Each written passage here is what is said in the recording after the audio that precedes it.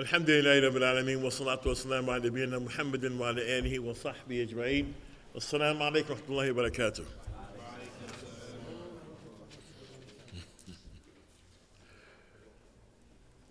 First of all, I want to thank, after thanking Allah Azza wa Jalla, I want to thank Masjid ar-Razzaaq for inviting me. Really, mashallah, was appreciative of the hospitality, barakallah fikum, and the brotherhood that I experienced here. And that's what I want to talk to you about, just some points from the points that Shaykh Saalih and ash-Shaykh made about brotherhood, the brotherhood in the religion, barakallah fikum. Just a couple of points. The first one I want to make is because from the brotherhood stems society. And the Muslim society is composed of families and it's composed of the brothers and sisters and the bond that they have between them. The first one point I want to make is the establishment of brotherhood for Allah's sake. A Muslim must be loved for the sake of Allah and not for the achievement of worldly gain. And as you know, those of us before we were Muslims, we might seek someone out and be their friend. We might have had an agenda for being that person's friend. But in the religion, there can only be one reason for being someone's brother, and that is for the sake of Allah. Mutual love for Allah will give companions longevity and permanence between them. But the only way you can keep your brother, have longevity with your brother or family, is if Allah subhanahu wa ta'ala grants it. Companionships established upon worldly benefit end once that agenda has been achieved. The Messenger of Allah said, ثلاث من كن فيه وجد بهن حلاوة الإيمان أن يكون الله ورسوله أحب إليه مما سواهما وأن يحبوا المرء لا يحب إلا لله وأن يكره أن يعود في الكفر بعد إذ أنقذه الله منه كما يكره أن يكذب في النار. The Messenger of Allah said, there are three qualities. Whoever possesses all of them will experience the sweetness of faith. One, that Allah and His Messenger are the most beloved to Him more than anything else. Two, that He only loves another person for the sake of Allah. So all the air full of I love yous, they're actually worthless. And that's the love. I'll talk about that next, inshallah. How to express and really mean that you love somebody, fi sabilillah. And three, that he would hate to return to unbelief after Allah has saved him from it, as he would hate to be thrown into hell. Brotherhood in Islam goes beyond just loving your brother. It's a relationship of worship that complies with what Allah has commanded. So brotherhood in Islam is an act of worship. It means that it has a certain description to it, and people can't invent it. It's tawqifi. What I mean by that is tawqifi. It means that it's established upon the book and the sunnah. Like other worships, the brotherhood is established upon the book and the sunnah. It's not someone he can't invent it or use his emotions for it. It's something he knows how to do because he's learned it from the kitab and the sunnah, and he establishes it in that way. You love your brother because he has in his heart the love of the oneness of Allah, tawheed, and the magnification of Allah, ta'azimillah. You are obliged to love him because he possesses the ability to follow the Messenger of Allah sallallahu alaihi wasallam. This is manifest in his character and in his actions. And that's why we love people. A brother has the right to expect that his relationship with his brother is purely for the sake of Allah. This is what? Call and expectation. If one of them is concealing that he wants the relationship to achieve some worldly gain, he has committed a deception. What's the basis of the deception? What's the deception's basis? No, what is it? What's the deception? But he is appearing as though he loves for the sake of Allah. However, when brothers love each other for the sake of Allah, all other obligations that are due between them are successful because the total foundation is based upon love and fear of Allah. This will be apparent in all of their dealings with each other. Furthermore, relationships whose foundation is love for Allah has longevity. What does that mean? It'll last a long time. Yeah. This can be seen in the long-standing relationships between Muslims that Muslims have with the people of knowledge and the students of knowledge. There can be no doubt that the first obligation of brotherhood is to love your brother for the sake of Allah. People must accustom themselves to love their brothers and sisters only for the sake of Allah, so that their relationships and interactions can bear great rewards and benefits. Preserving our brothers and sisters' rights and preserving our acts of worship properly is one of the greatest of undertakings. Now, the types of love, how many of you have siblings that aren't Muslims? Brothers and sisters, yes. Are not. Now, we love them, correct? But what kind of love is that called? That's natural love. Love is tabi'i. It's not, you don't form loyalty or hatred based upon that. It's natural love between us because we are siblings. We shared what? And we also shared? We shared? Right, meaning we shared what? Right. We shared a womb. We shared that womb. If a brother and sister shared their mother's womb, it's something that we shared. We shared our mother's womb. So therefore we have those things between us. And that's called natural love. However, if one of them was to express hatred for the religion, then of course we would have to be forced to do what? Hate them to the degree that they hate the deen of Islam. Said, no, you can't speak about the deen of Islam. Let me just stop talking to you right now because that is where the limit goes. Barakallahu feekum.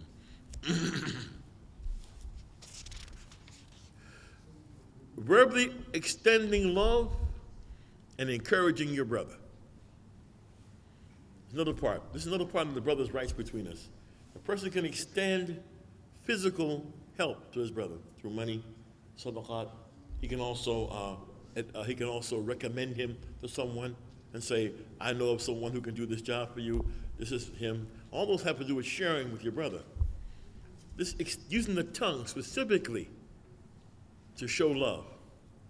The tongue is a means to express love and appreciation just as it is used to preserve honor. The tongue is where you preserve your brother's honor, right? By not doing what? Not backbiting him, not putting him down, not namima, not using namima, which is what? How do you do that? What's that described as? What's the process? That's ghiba. What's namima? Taking something that start like a pit, like taking something he said to somebody else to try to cause some type of strife or something like that. Yeah, taking what a person heard this person say about that person and going to that person and saying to that person, I just heard him say this about you. Yeah, trouble. And no matter how a person might want to say, okay, that's namima, I'm ignoring it, it still got in. It got in. And you have to be careful. You cannot do that. You cannot do that. You cannot hear someone speak of someone and then go back and tell him. It's called namima. It could lead to, one thing for sure, what? Punishment where? In the grave. For certain. How do we know that? Prophet said that it was two men in the grave. He walked past and one was being punished from the urine. He said these two are being punished, and they didn't think they were being punished for something big. He said this one didn't make a stinja. Now you stingy min al-bowl. And this one was an namam. Yes, specifically, he took what he heard this one say and carried it over to this one and said, I heard him say this about you. And as you say, what happens then is hatred between the two. If you hear someone say something about someone that you know isn't true, you deal with it. Take it back to him. Just deal with it right there. That's not true. There's no evidence for that. I don't know that from him. You should be careful about that. I don't know that, that's the truth. And stop him. But don't take it back. That operates like magic. It actually operates like a spell. And what's the spell? Spell is something that it's invisible. You can't see it. And it can cause separation between people or death. Magic. It operates like magic because a person can't see what it is, what's happening between the people. They can't see it. Somebody's operating between them with this thing called namima. The Prophet called it an out. He called it an out, which is similar to meaning sorcery. That word like that. But you can't see, you can see the separation, but you can't see the reason. Because this guy or woman is usually what? Real hidden. Everybody's friend. Nobody's friend. Worst speech that there is. Barakallahu feekum. But this is something else. The tongue is a means to express love and appreciation, just as it is used to preserve honor. You should not be stingy about expressing your love for your brother. The Messenger of Allah said, إِذَا حَبَّ رَجُلٌ أَخَاهُ فَيُخْبِرُهُ بِأَنَّهُ يُحِبُّهُ. When a man loves his brother, he should tell him that he loves him. And this is reported in Abu Dawood and At-Tirmidhi. When this love is conveyed, the brother who receives it should reply what? أَحَبَّكَ الَّذِي أَحْبَبْتَنِي لَهُ. Pray, may he who you say you love me for also love you. So what you get mashallah, you get the spread out between you, dua. This exchange is among the expressions that bring about brotherly love and friendship. Unfortunately, there are people who say, I love you for Allah's sake, but their statement is not sincere. They say, I love you for Allah's sake. The phrase, I love you for Allah's sake, means that your heart contains a special love for your brother. This love requires that you preserve your brother's rights. To say, I love you for Allah's sake, then violate your brother's rights, contradicts the foundation of this love. If you love them for Allah's sake, you'll give them the rights Allah gives them. Furthermore, there are people who express that they love someone for Allah's sake, but they do not understand what the statement means. There are aspects of behavior that accompany the expression of love for Allah's sake. Among these are speaking to your brother in the best possible manner. Here again, using the tongue. Allah Jalla wa Ala says, قُلْ لِعِبَادِي يَقُولُ الَّتِي هِيَ أَحْسَنُ إِنَّ الشَّيْطَانَ يَنزِغُ بَيْنَهُمْ. And say to my servants, they should only say those words that are best, because shaitan sows seeds of conflict and disagreement among them. So you can say something in such a way to give shaitan an ability to whisper it differently than you said it, just slightly, in a way in which it causes conflict. And many times people argue, husbands and wives argue between them, because he will say something, and she'll say, what did you mean by that? It's perfect English. What do you mean? What did I mean by that? You said it in English. No, what you really mean by that? What I really meant, well, you knew what you really meant. You said what you really meant, but now you got to turn. Now it turns to something else, something you really, really meant.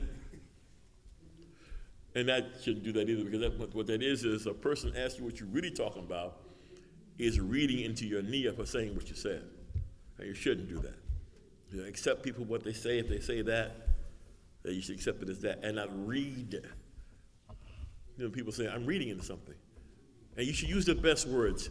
There's something some people call it the stupid statement or stupid idiot statement. And how it goes is it's said in such a way that the word stupid idiot is sitting right there, but you can't see it. So people respond to it by saying, I ain't stupid. You think I'm stupid? Why did they say that? Because you said it in such a way that all you had to do is say stupid. Then I tell you not to do that. Where is it? Stupid. It's there. But it's said in such a way the person feels it's stupid, but says, I ain't stupid. I ain't call you stupid. No, but you said stupid. You said stupid, but you didn't say it. You can feel it. So you should put it in such a way to escape that. Don't let them get you in the throw of saying, you just called me stupid. Or you just got stupid or something. I didn't call you stupid. It might have sounded a little rough, but I didn't call you stupid. But in this verse 53 of Surah Al-Isra, Allah is commanding that you choose the best words as a means of expression. The choice of the best words indicates a higher quality than just good words. A person is choosing the best way to say something, which means it gets some consideration before saying it. It's not said totally in anger, because anger does what?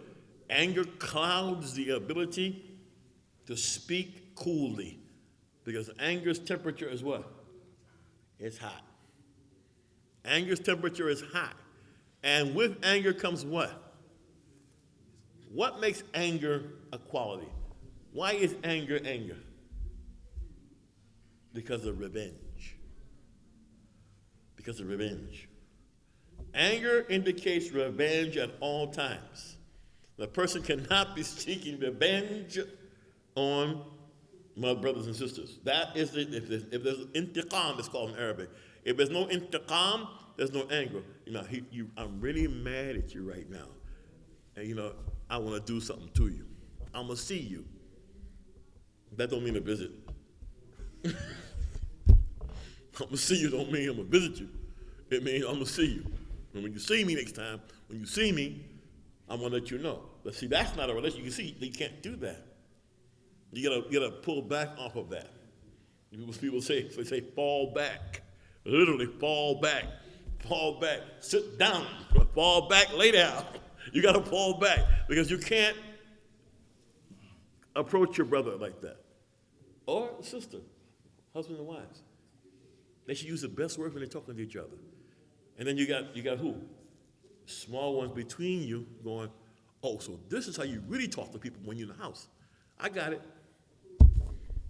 Then they start talking to their little brothers and sisters like that. And we get mad at them because they used to phrase, you're stupid. Don't say that to them. Don't talk to him like that. What do you mean don't? What do you mean don't do it? I just saw you do it. The Shaykh Saalih said, the kid saying, Bob was just kidding. Because if it was wrong to do, he wouldn't be doing it. If somebody taped me without my permission, is somebody here taping? I just heard a noise. Somebody here taping me? Being suspicious. Somebody taping? I want my royalties. It's business. So, using the best verbal expressions possible are a means to develop love between the hearts of the believers, which is itself a requirement of the establishment of a Muslim society. So you gotta look forward. First, it's families. They have a good relationship between them. They're learning how to talk. You slip, but they're learning how to talk to each other. And from there grows what? Jama'ah. And from Jama'ah grows what? Grows neighborhood. From neighborhood grows town. From town grows city. That's how it grows. Another means of expressing love for your brother is to commend him in his absence. Speak good of him in his absence. When you are in the company of others, compliment your brother's praiseworthy qualities in his absence. You should only do this in his absence. If you commend him in his presence, you would be glorifying him. This is forbidden because it can cause a person to become vain and conceited. Evidence that supports this concept is found in Al-Bukhari wa Muslim.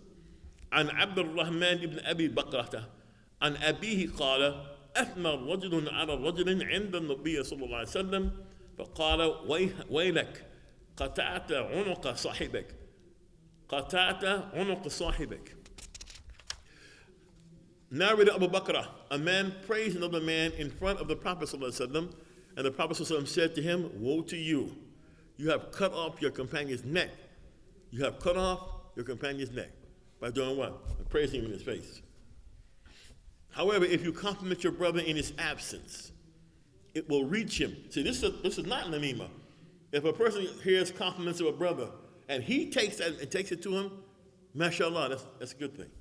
Not the one who praised him, but a third party heard it and said the brothers were talking about you and they were saying some nice things about you. So the brother will hear it, it will reach him. Mentioning the good qualities of your brother to others has the effect of other people repeating what you said. In this way, many people will come to know of his good qualities. This is also a means toward encouraging your brother to continue in a positive way. If you encourage him in his absence, and that spreads, inshallah, he'll continue. On the contrary, if you mention his evil qualities, it might encourage him toward evil. He's bad this, bad that, you know. And also, we don't want to be the messengers of one of the biggest effects of society today, and that is the spread of fear. Fear is one of the great messages of the world today. Fear is the object behind news reports. Fear is the object behind certain movies. Fear is the object behind certain stories. It is fear. Fear when you see pictures of Muslims being killed. Fear in the telephone, when people are watching the telephone. It's a taste for bad news. It's fear. Spread of fear. So the person looks at the fear and says, wow. Well,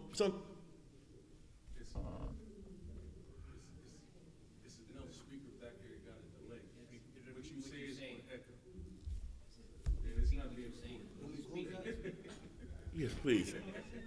But I was hearing it, and I'm going, anyway, but it's fear. You know what I mean? There are a lot of fears in society today. There are thousands of different kind of fears. People fear over their life. Fear over their health. They fear over their their family. They fear over the children. Fear, fear, fear. Fear, fear, fear. Who's going to be this? Who's going to do that? Who's going to be this? That is done on purpose. It's to reduce fear in place of taqwa. And the Muslims can't be the messengers of fear, the ones who broadcast the fear. If something comes into my, I'm sorry, I don't have the verse memorized. It says if something comes from these people, these kind of people, from safety or fear of safety, the first thing they do is they broadcast it. They don't take it back to clarify what it is. They just broadcast. So the phone is used as a broadcaster of fear. Such and such happened. Wow, what's the thing got killed today? Whoa. What I'm going to do? I'm going to tell my man. Who am I now? I'm in the chain fear. I'm going to tell my man. Oh, yeah, will that happen? Well, let me tell them. The child graduated today, was cum laude, graduated college, became a hafiz Quran. I ain't telling. I'm not telling anybody about that. I'm involved in the fear package. I'm in the riwayat of fear. I'm in the musnad of fear. That is what's happening today. But the people who fear Allah that if you fear Allah truthfully, then that comes down. People don't have fear. People don't have fear. Barakallahu feekum. So be careful about that you don't become, and I don't become, one of the messengers to help people with their fear. I'm trying to think of what they use for children to have fear today. For children at the computer. And it's not even real people, it's the cartoons. It's not even real people, because a cartoon is a real person behind a microphone faking like it's a picture. So whatever they say behind the picture, the child picks it up and then gets an impression. And gets an impression of this. So you have to be careful. We have to be careful about this. Therefore, if you hear people saying good things about your brother, convey that to him.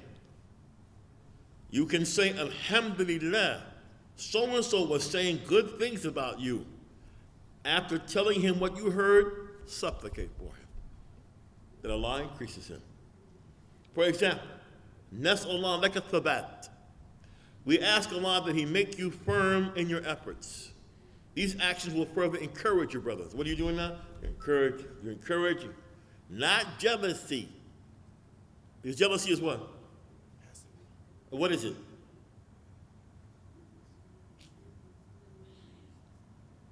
You try. Break it down, brother. Hasad. Yes. You should exchange one word for another. I appreciate this. Hasad is envy. It is a sickness in the heart. Remember today in the khutbah we said, وَعَافِينَا فِي مَنْ عَافَيْتَ. You ask Allah to cure you from illnesses of the body and of the heart. Heart illnesses are more intense than physical ones. They're hard to see, but the manifestation is there. They're hard to see. So what is hasad? Hasad is when Allah gives a person something. Another person sees it, and is angry that he has it and wants him to lose it, either because he wants it or just doesn't want this one to have it. It's haram to feel. It's haram to feel it. And then for us, sometimes you hear us talk, what I feel is,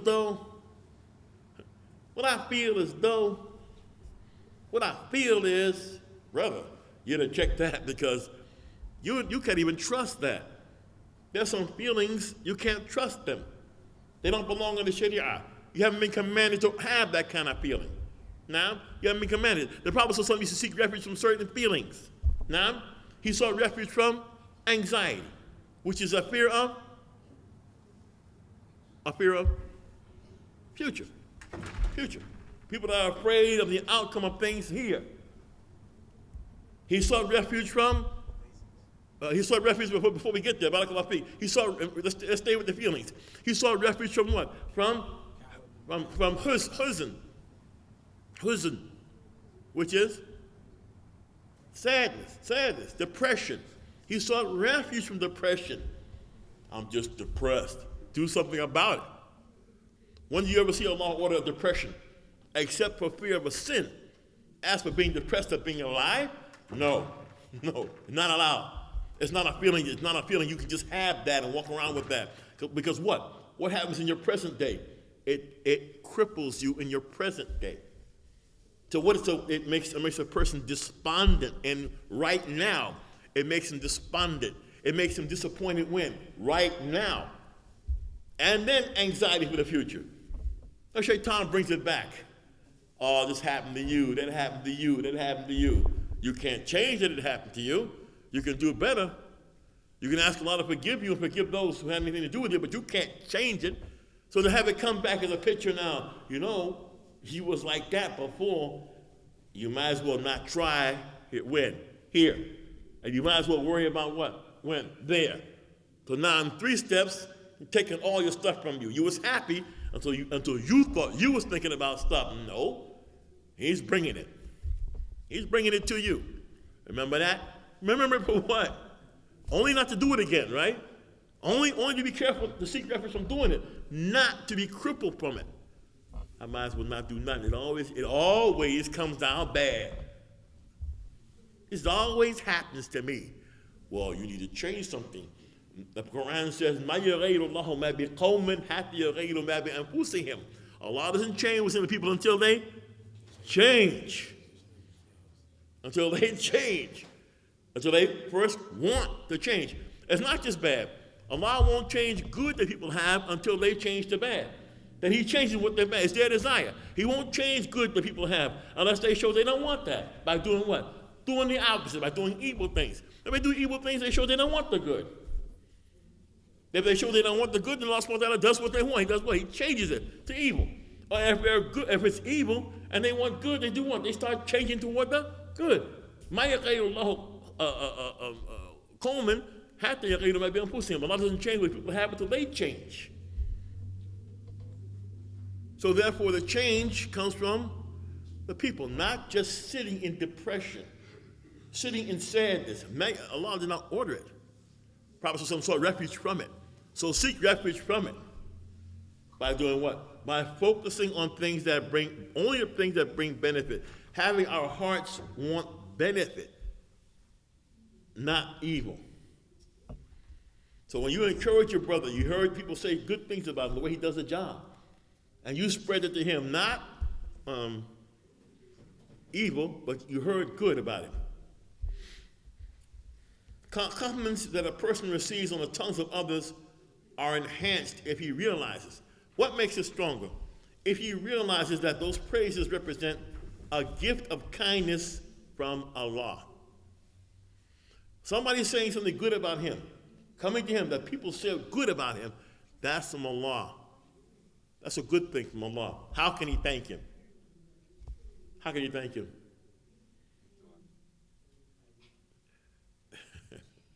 Yes. Our brothers make dua. He should also realize that continuing to do the deeds that earned him words of appreciation is the true way to thank Allah. The very thing that got him the words of appreciation They're from Allah. He should continue to do them. As a matter of fact, he should head for what in them? He should head for doing what? And also get to be something he cannot be, but he will try it. And Allah reward him for it. What is it? Huh? That's right. That's right. Perfect. Perfect at it. Perfect at it. He should try to be perfect at it. I'll owe you $5,000 and give you $499 or $4,999. What you gonna do? Where's that buck? That's right. Who is that buck? See, everybody understands you put in dollars like that, right? Well, it ain't perfect, but you owe me $5. Okay, that's $4,999. It's $5. It's a perfect number. I want perfection. I want it all. People understand when you say money. If you say doing something perfectly, I can't be perfect yet, but you can try it. You can head for it.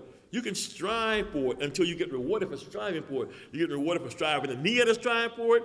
You get rewarded for doing it, learning it, perfecting it, fi sabilillah. And as an act of worship, you don't put any dirt in it. You do it cleanly and perfectly. We do it every day. In our salat, the Prophet said, we get how much of the salat do we get? Some get a third, some get fourth. Depends on how close they got to what? How perfectly they did it. How perfectly they did it. When people come to Eid, what's the purpose? What's the purpose of the Eid? لِيُتِمَّ نِعْمَتَهُ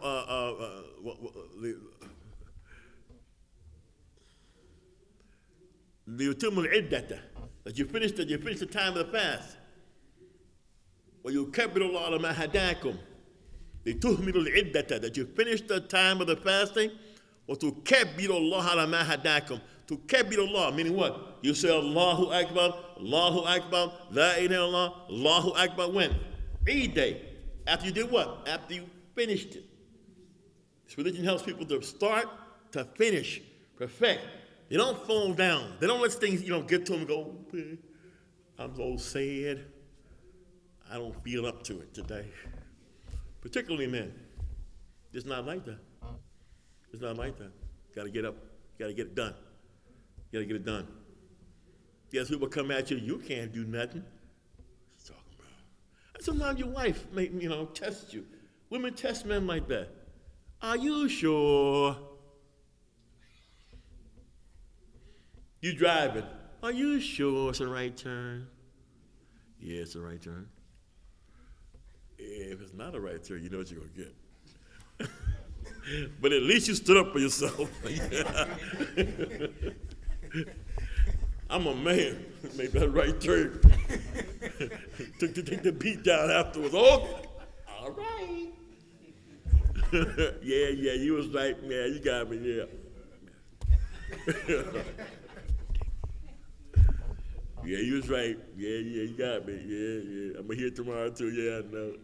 Over dinner. Yeah, you got me. But that's part of being who we are. You take it. You didn't get the low voice, no muscles for nothing. Ain't just to go in the gym. It's to be able to take it from those other beings when they start to speak. And that's something also. It's appreciation.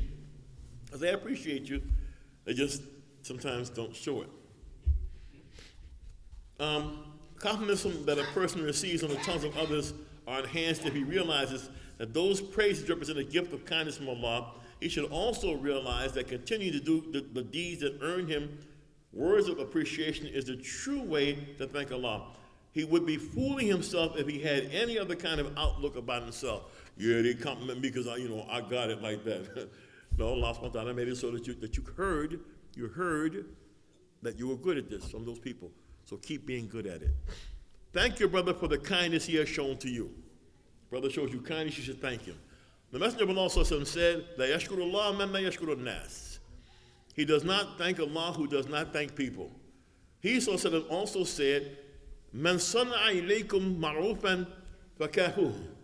If anyone does something kind for you, reward him for it. If you do not have the means to reward him, say to him, Jazakallahu khairan. May Allah reward you in goodness. Supplicate for him and thank him.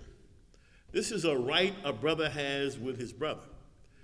In spite of this, there are people who only take things from others. We don't know nobody like that, do we? People who only take things from others, they never offer anything in exchange. They do not make praiseworthy comments about others. They do not give anything. If you are unable to say a word of gratitude, you should convey with a letter, a sheet of paper, a half a sheet of paper, the Shaykh said. Showing appreciation in this manner is an effective encouragement to keep the channels of good character open. Encourage people. You know how we do children sometimes. Some of us weren't raised. We were raised by some tough folks. And the way they used to encourage, they would take small tools like electric wire, sticks, and they would, that's right. I don't know what film they was watching. It was the Roots or something. Glory.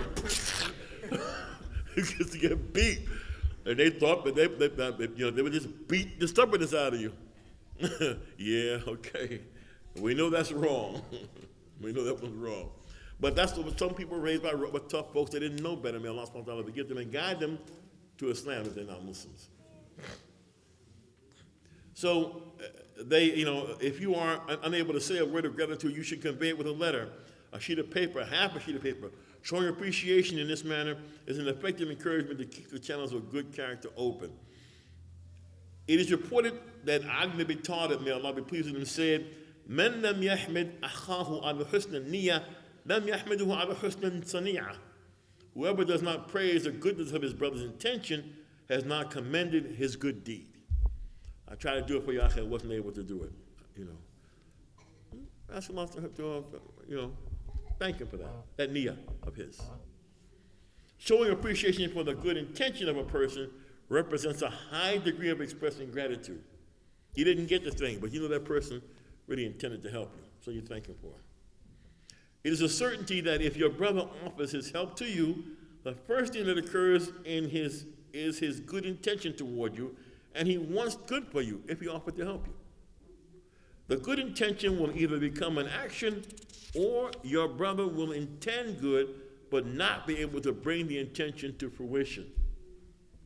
In this case, you should thank him for the goodness of his intention that was in his heart, and because he expressed it to you. And it's just the same thing with the husbands, and same thing with wives. If they tried to do something and they really weren't able to do it, start by calling them stupid. Right? You don't start out by calling names, do you? Nah, it's not good. It isn't good. It's not good character. In this case, you should thank him for the goodness of his intention that was in his heart, because he expressed that to you. This is part of brotherhood and a further encouragement for every brother or sister to offer himself to his brother or sister, meaning sisters to sisters and brothers to brothers. Therefore, someone who does not commend the goodness of his brother's intention has not commended his good deed. And someone who will not show appreciation for the good intention of his brother, there's a possibility he will not show gratitude for a good deed that his brother does on his behalf. Wallahu ta'ala a'lam. هذا وصلى الله على نبينا محمد وعلى آله وصحبه أجمعين. Are there any questions about that? Thank you very much for welcoming. Almost kind of. Mayor. Several ties of kinship. Yeah. With brother that's anonymous. Yes. And you said, as far as he announces Islam, and he said that thing about Islam. Yep. That's where the ties can be severed? If it's beneficial, only if it's a beneficial thing. If that would soften him or change him. If it's not beneficial, then no.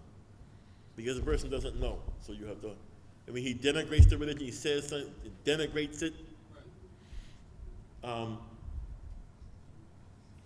Right. Check with others, but there's a possibility that there's an environment in which people are being encouraged to denigrate Islam. They are saying things about the Muslims and about Islam. It's for us to understand what the truth is and then tell that to them. This is the truth about the religion. They're being encouraged to have fear It's one of those fear things. It's what they call Islamophobia. They're encouraged to have fear of the religion. So don't do anything, first of all, don't do anything that increases that fear. And he's known you for when you first became Muslim. And you know, I mean, now some of us can go right to our family and say, you've known me from this time. When did you ever hear me speak of terrorism? Never. There you go. You never did. How long have you known I've been Muslim? 30 years? When did I speak of terrorism to you? Never. Never. When did my children speak of it? Never. Never. So this is something you know is not part of the religion of the ordinary day-to-day Muslim, and this is an aberration. And don't be afraid to say that somebody's not a Muslim when it's proven that he's not. Say those people are not Muslims. There's some you can say are not Muslims. So anybody would take someone who's supposedly Muslim, put him in a cage and set him on fire. It's not one of us. Not Muslim. Also, the Prophet would never said about them that if he was alive, he would do what? He would kill them like you kill an ad. He wouldn't say that about Muslims.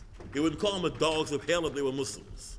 Don't be worried about saying these particular people, ISIS and ISIL, are not Muslims. Don't be worried about saying that. You'll be totally on the truth. They're not Muslims. All they want to do is kill Muslims and make it possible for others to kill Muslims. Don't worry about that. Just make sure you have your proof in order and then say it. Don't be afraid to say that a man who would say that Allah is God, and that the A-M-L-A-H means Allah, arm, leg, arm, head. Don't be afraid to say he's not a Muslim. Never has been, never will be until he takes the Shahada and denounces it all. Don't be worried about saying that. Say it. They aren't Muslims. What you mean? He's famous. That makes you a Muslim? And that's what people are going by. The celebration, the celebrity is a poison. The celebrity is a poison. It's used like logic. It's used to say, logically, why does everybody love him? My goodness. You know how many medications have been taken off the market after everybody loved it? Smoking kills. You see people smoking?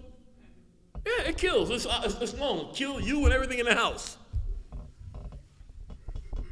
People are what? Buluman juhula. They are buluman. People wrong themselves, and they're jahula. They don't even know what the penalty is for wronging their own self, let alone anybody else. Don't focus on the people. Focus on the truth. Qala Allahu, qala Rasuluhu, qala Sahabatu, hum ulul alfan. As Allah said, His Messenger said, and the Jama'ah, the companions said, they are the knowers, that they have the knowledge. Don't be afraid to say with truth that these people are not Muslims. These are not. You mean he ain't? I was in the hospital and spent most of my time with men my age telling them Louis Farrakhan wasn't a Muslim. I'm trying to recuperate, and they're in the room bugging me. Did you say? Yeah, he's not. Well, how could that? He's not. Don't you hear him say with the church preaching that? Did you hear him say that? He's not. He doesn't believe in the hereafter. He doesn't believe in paradise. He believes that somebody came after Muhammad sallallahu alaihi wasallam, who's a sealed messenger. He believes that he's not. He's not. and they said, all right, they wait a little while to come back. I'm trying to eat. Mr. Abdullah. Yes? Yeah, I said he's not. I get loud about it. Yeah, no, he's not.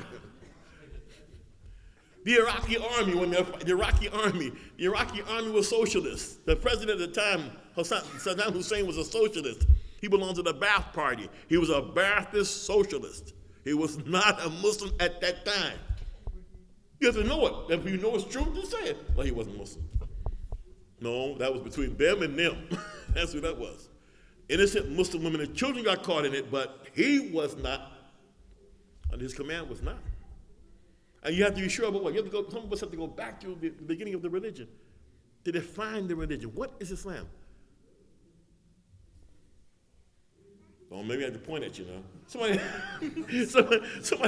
I'll point at you. I ain't scared. How do you define Islam? What is Islam? How?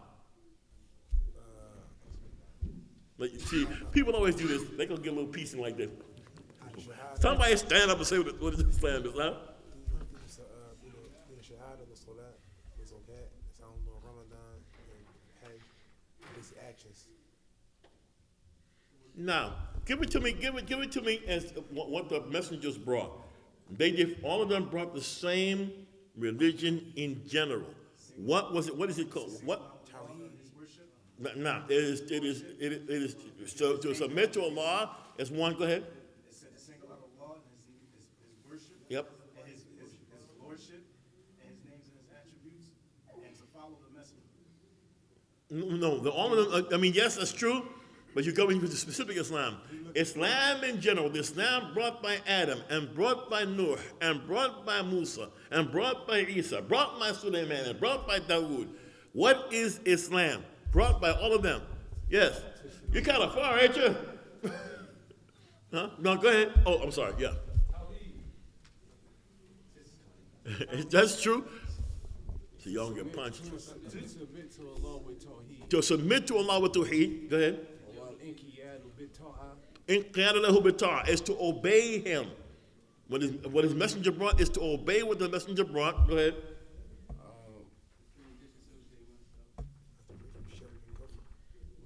They just throw them, don't worry. They write some of them, but they wait for you to say, I give a term, that can't nobody else. I got to find who did it. Disassociate yourself from shirk and his people. As people. All messengers brought that. One, who is the Islamun lillahi bi tawheed, to submit to Allah as one. Two, inqiyad lahu bi ta'a. All messengers told their people to obey Allah. Three, all messengers separated their people from the people, first from shirk and from the people of shirk. Anything specifically shirk to them, they did what? They prohibited them. Ibrahim said, لَقَدْ بَدَتْ بَيْنِي وَبَيْنُكُمْ الْعَدَاوَةُ أَبَدًا حَتَّى تُؤْمِنَ بِاللَّهِ وَحْدَهُ. He said to his people, there will be enmity between me and you forever until you believe in Allah as one. He separated his people from shirk. He prayed to Allah his children not be mushriks. Yaqub on his deathbed, what did he say to his children? Ya bunayya, ma ta'budu ba'di. He tested his sons. He didn't say about chemistry. He didn't ask them about math. He asked them, what will you all worship after I die? That's what he asked them.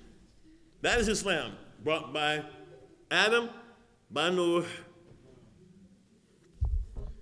And you have a struggle because you're not allowed to say that Allah sent Christianity. Are you? No. He didn't say that. You're not allowed to say he sent Judaism. He didn't send that. Musa did not bring that to them. Isa did not bring that to them. Did not bring that to them. They brought what? Islam to them. They were all commanded to worship Allah and commanded to obey that worship through their message, and they were all commanded to separate from those who were known at the time and this time as mushriks. Isn't that what they were all commanded? You have to go back to remember that to understand how to form your life and live somewhere with people and live with them decently. Remember what Islam is. And now you have specific Islam. It's everything plus Muhammad Sallallahu Alaihi Wasallam. It's to believe that Muhammad Sallallahu Alaihi Wasallam is the seal of the prophets. And to give the prophethood its rights. It's that in addition.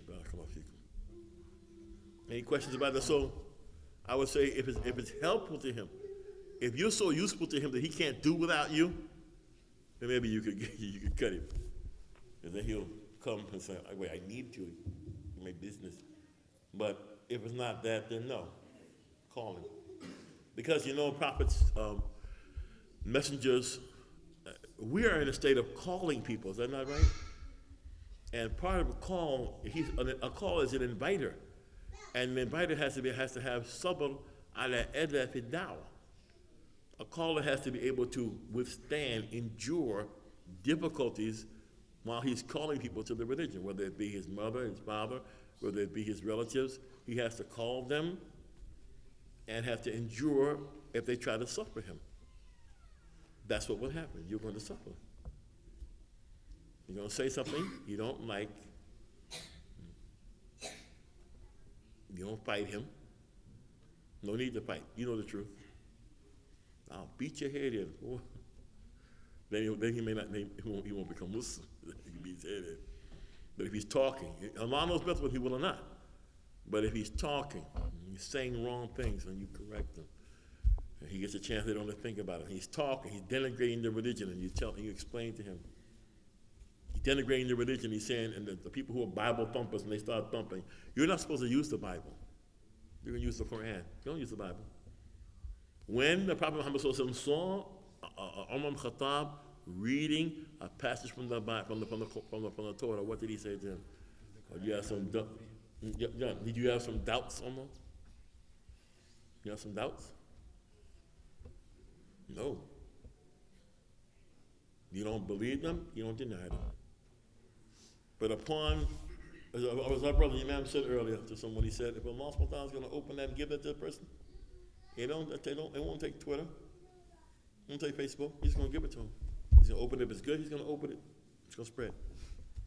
Just like you reached it without Twitter. Most of us accepted Islam, there was no Twitter, there was no Facebook. It was somebody talking to us. Somebody we watched. And the person talked. My own story, I was in a project. In the last place I thought that I would see white men and black men and Indians and Pakistanis praying together for Salat al-Jum'ah, I was in Harlem. The last place I thought I would see something like that. And I was standing on the side watching them. And all those men, shoulder to shoulder and foot to foot, in the same motion, regardless of their complexion, in a place that was dominated by black people, I was like, that's got to be the religion of human beings. MashaAllah, that's got to be the religion of human beings. What would make them all do that? What would make them do that? And I tell you, I don't want to go back from that for anything, but nothing. I don't want anything to take me from this. And the only American, I'll be more personal, the only American I ever heard clearly tell people that he made a gross mistake in what he had said to them, and that he is now telling them the truth, in spite of the fact that they might be killed for it, is Malcolm X. I have never heard another one do it. And I've been around, I'm 66. I never heard somebody take the microphone and try to undo as fast as he could damage he did. This is wrong. Not just that, they're lying, and I'm going to tell you where they're lying. They're wrong. They're liars. Yeah, I know what they say they're going to do, but let me tell you, this is the truth. And he never saw the book. He never even saw it. The day before it was even published. I never saw another American do it. And I was young. Maybe it was me. I just never saw somebody try to undo what he was famous for with his own tongue. The same celebrity that's got everybody all tied up now, he already had it. He was a world-renowned man. He was allowed in Egypt. He was speaking to the African leaders. He was all in Europe. He was standing at Harvard and Oxford, giving talks. Did you know that about him? Like, no. And at his funeral, they showed this thing with the boxer. His was just like that, but nobody saw it. Nobody saw it, and nobody saw it. Dignitaries from around the world came. It's not guaranteed for your family either. His daughters aren't that. His daughters don't practice. Not guaranteed. So Allah subhanahu wa ta'ala has given you a ni'mah. The greatest ni'mah for human beings is that they become Muslim. But you must hold on to it. You must perfect it. Gain knowledge of it. Come here. Support this masjid. It's the only masjid in this area upon openly Salafi. Open. There's no need to hide anything. It's not for harming human beings, barakallahu feekum. May Allah subhanahu wa ta'ala grant you tawfiq. And Ahlul Sunnah, may Allah subhanahu wa ta'ala grant you tawfiq and allow you to, give you tawfiq in everything you do for his sake, barakallahu fikum, and your children. And may he make all your children a barakah for their parents and for the Ummah of Muhammad sallallahu alayhi wa sallam. هذا وصلى الله على نبينا محمد وعلى آله وصحبه أجمعين. والسلام عليكم ورحمة الله وبركاته.